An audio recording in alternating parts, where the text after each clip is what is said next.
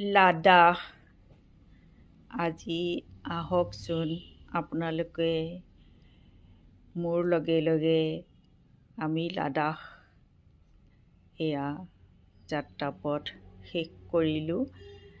লাডাখৰ পৰা মই শ্ৰীনগৰলৈ যোৱা পথছোৱা অলপ আপোনালোকৰ লগত দেখাই আছোঁ। আহক আপোনালোকে মোৰ লগত।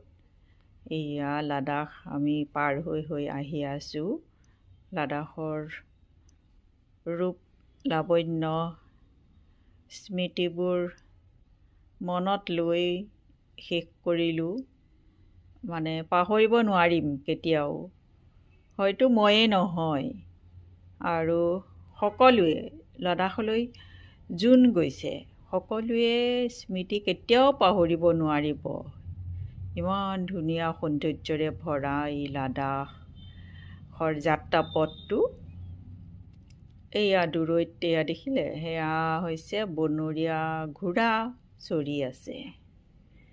এয়া আমি আগবাঢ়ি গৈ আছোঁ লাডাখ। এয়া লাডাখ, কি ধুনীয়া নাম। লা মানে হৈছে উচ্চ গিৰিপথৰ দেশ।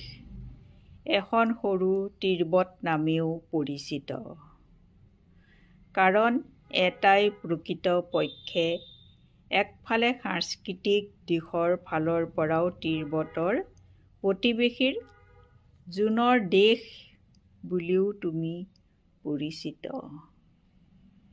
ইমান ৰূপ লাৱণ্যৰে ভৰা তুমি এই লাডাখ। চাওকচোন আপোনালোকে, সৌন্দৰ্যটো শেষ নাই এই লাডাখৰ যাত্ৰাপথত। আপুনি মানে যিফালেই চকু দিয়ে সেইফালেই আপোনাৰ লাডাখৰ ৰূপ লাৱণ্যই মন মুহি পেলাব। লাডাখৰ এই যাত্ৰাপথ কিমান মনোৰম দেখিছেনে আপোনালোকে বাৰু? এয়া হওক মোৰ লগত আহি থাকক। বৰফ তেতিয়া এইটো মে' মাহত আমি গৈছোঁ, মে' মাহতেই ইমান বৰফ। এতিয়াতো গোটেই বৰফেই ঢাক খাই আছে।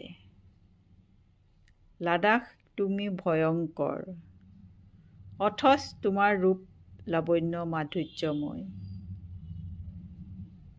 ইয়াৰ যিফালেই চোৱা যায় বিস্ময় আৰু চমক। প্ৰতি মুহূৰ্তত আৱিষ্কাৰৰ আনন্দ তুমি। তোমাৰ পাহাৰৰ সাজে সাজে কৈ যাওঁ অজস্ৰ কথা।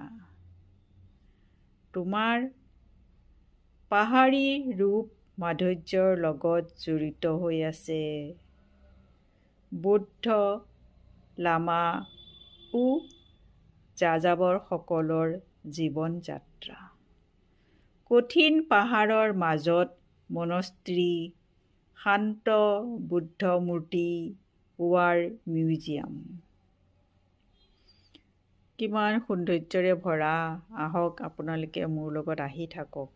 শ্ৰীনগৰলৈ পোৱালৈ যাত্ৰাই লাডাখৰ পৰা। এই লাডাখ আহিবলৈ দুটি প্ৰধান পথ যি নেকি সংযুক্ত কৰিছে। এটা সংযোগ পথ মানালীৰ পৰা লেহ আৰু এটা শ্ৰীনগৰৰ পৰা লেহ।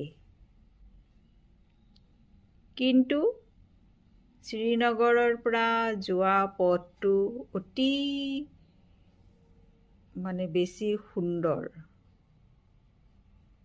আপোনালোককতো মই দেখাইছোঁ আগতে যে পাহাৰবিলাকৰ মাজে মাজে ধুনীয়া ধুনীয়া পাহাৰবিলাক এটা এটা কালাৰ হয়। এয়াতো কিমান বৰফৰ ভৰা, কিমান সৌন্দৰ্য আপোনালোকে চাওকচোন এই লাডাখৰ পথছোৱা।